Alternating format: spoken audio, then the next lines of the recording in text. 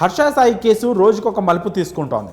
తనను ప్రేమ పేరుతో మోసం చేశాడని, 2 కోట్లు కాజేశాడని ఓ నటి పోలీసులకు ఫిర్యాదు చేసింది. కేసు నమోదు చేసిన నార్సింగి పోలీసులు అతడి అరెస్టుకు రంగం సిద్ధం చేశారు. అప్పటి నుండి పరారీలో ఉన్నాడు ఈ యూట్యూబర్, అతడి ఫ్యామిలీ కూడా. ఈ సోషల్ మీడియా ఇన్ఫ్లుయెన్సర్ కోసం పోలీసులు ముమ్మరంగా గాలిస్తున్నారు. దర్యాప్తు వేగవంతం చేశారు. తాజాగా హర్ష సాయికి బిగ్ షాక్ ఇచ్చారు.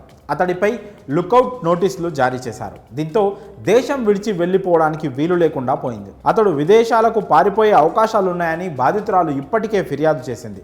అలాగే కేసు నమోదైన నాటి నుండి పోలీసుల కళ్ళుగప్పి తిరుగుతున్నాడు. దీంతో నార్సింగి పోలీసులు లుకౌట్ నోటీసులు జారీ చేయక తప్పలేదు. హర్ష సాయిపై తాజాగా కూడా పోలీసులకు ఫిర్యాదు చేసింది బాధితురాలు.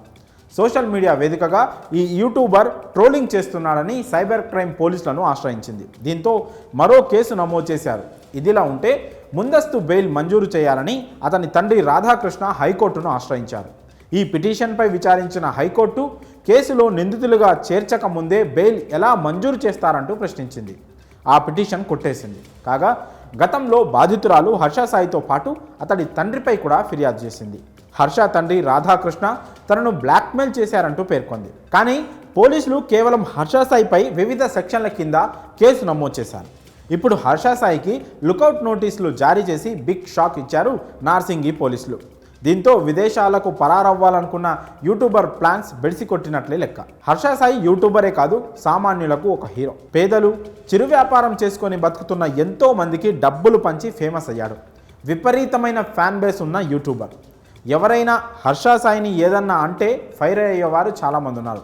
అతడిపై మాట పడనిచ్చేవారు కాదు. కానీ అనూహ్యంగా నెగిటివిటీని మూట కట్టుకున్నాడు. తన గొయ్యి తానే తవ్వుకున్నాడు. మంచితనం ముసుగులో ఓ నటికి దగ్గరై ప్రేమ పెళ్లి పేరుతో వలపన్నాడు. నటిని లైంగికంగా లొంగదీసుకున్నాడు. ఆ ఫోటోలు వీడియోలతో బ్లాక్మెయిల్ చేశాడు. ఆమె దగ్గర నుండి 2 కోట్లు తీసుకున్నాడు. చివరకు ఆమెకు హ్యాండ్ ఇచ్చాడు. మోసపోయానని గ్రహించిన నటి నార్సింగి పోలీసులను ఆశ్రయించింది. తెచ్చుకున్న పేరంతా పోగొట్టుకొని నిందితుడయ్యాడు.